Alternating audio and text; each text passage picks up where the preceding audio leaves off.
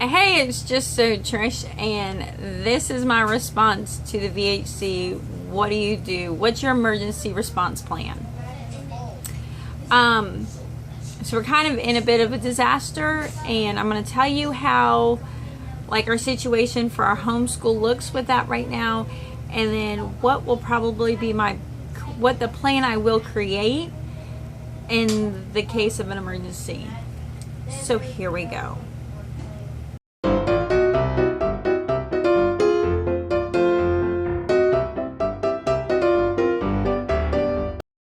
I got my little guy here. The thing about living small is I don't get a lot of videos without somebody anymore. So if you didn't know, we kind of ran through the crisis or the disaster, and we had a lot of water in the house. It has nothing to do with the hurricane. We're still trying to figure out where the water came from. We have the insurance adjuster here today, so prayers that that goes well. And I don't know what you're doing, son.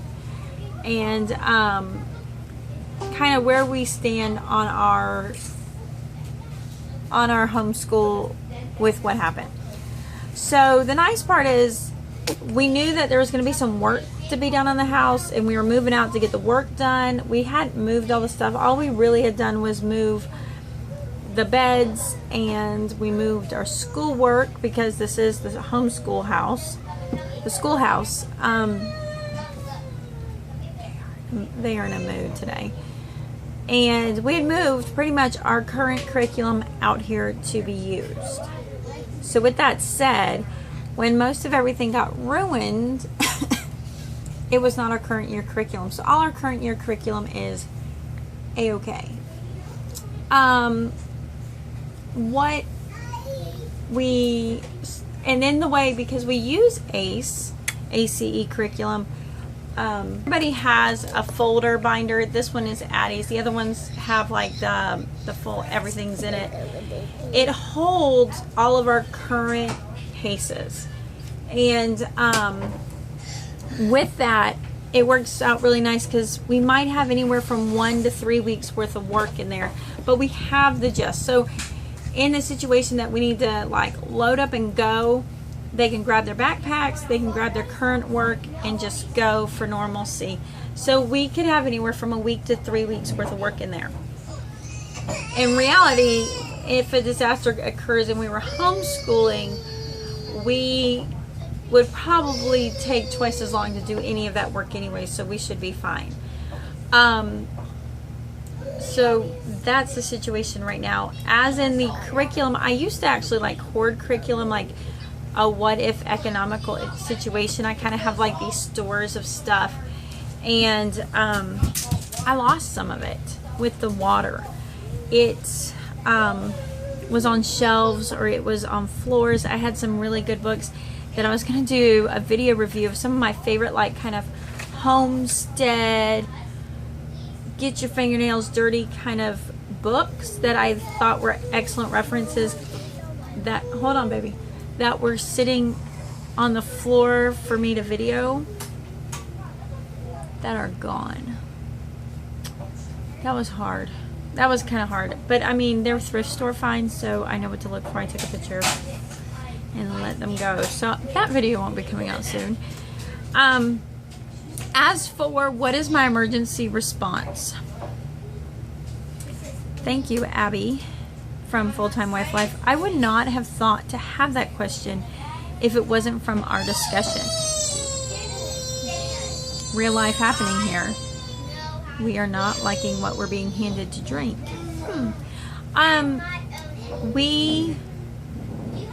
I never really thought about it. You know, I kind of thought about, but like if you're in a fire, there's so many people, like Louisiana through the summer has just had the worst time with the flooding, and now most of the East Coast has had flooding. I mean, there are homeschoolers who have lost it all. I think in that situation you wouldn't be able to get your stuff out. I've kind of had the mentality as I've had to go through and look at what I have. One, I have too much, and two, every bit of it's replaceable if it's possible financially. So I'm thinking in my emergency situation, I'm going to stick with the most simplest things I could do. On my homeschool priority, it would probably be electronics. Makes me kind of more thoughtful on keeping my books, PDFs, electronics backed up. So what I've come to realize is math is important, books are important, and a notebook.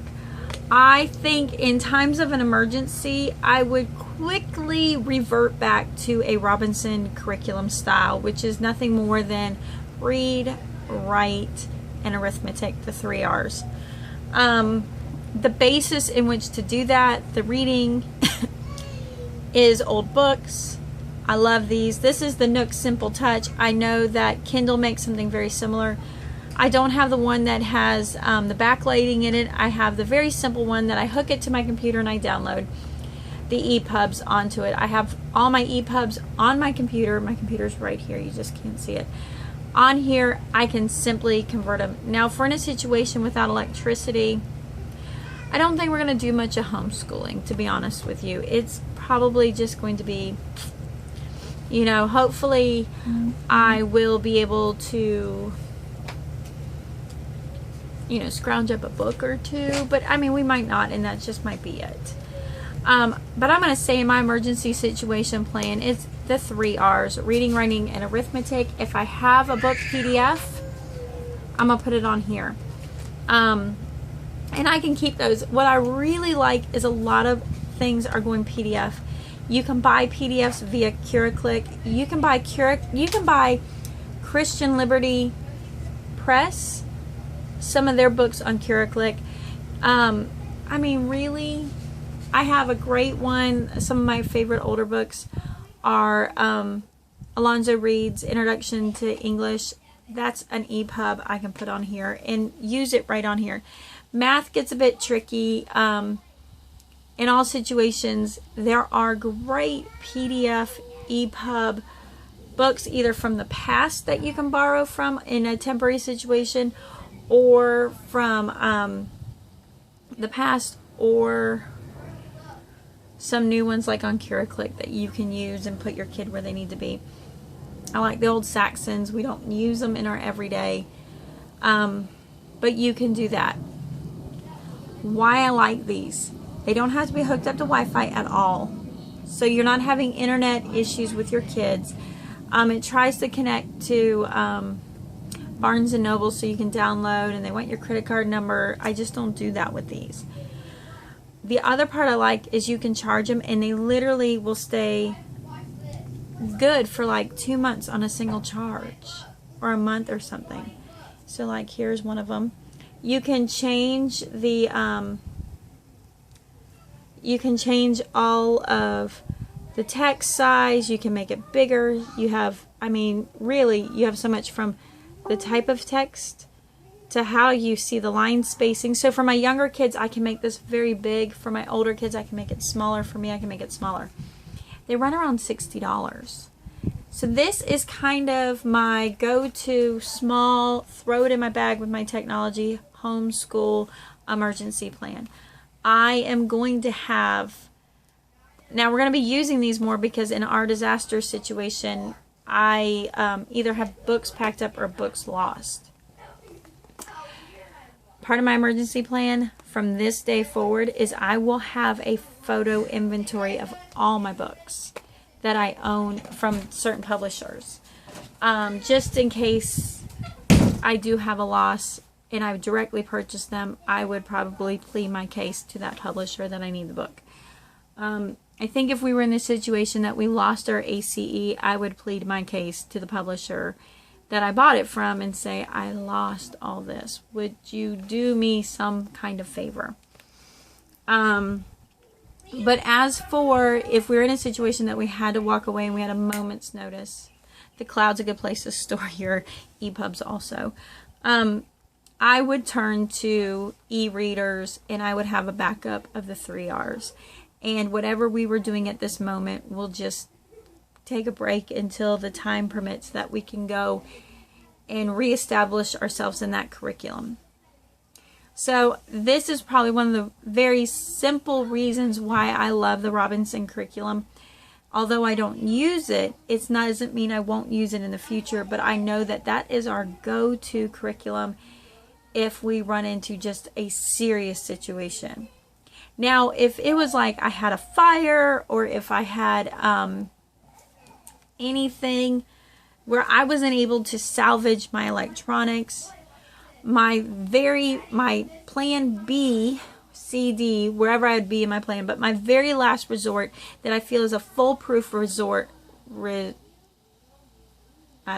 plan of action is the fact that if we end up in a situation that we can have internet access, that we can have, that would be able to have internet access and power via the public library, family, friends, I would just literally go buy a big, thick notebook of paper and a pencil, and we would quickly and amazingly just log into Easy Peasy and begin an Easy Peasy curriculum until time permits that we could do something else.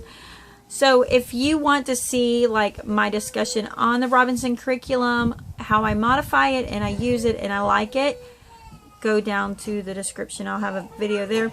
If you want to see my Easy Peasy video review and why I don't use it, but I still love it, go down to that description of that video below. And remember, with the Virtual Homeschool Co-op, everyone is welcome who homeschools to participate and contribute to the videos. I'm going to have a link to the blog post here that you can get all the information and see everybody else who has contributed to this topic. So anyways, I hope this kind of gets you thinking what your plan would be. But I kind of have, if we can get out with our curriculum, great. If we don't, I have next line of defense is my e-readers.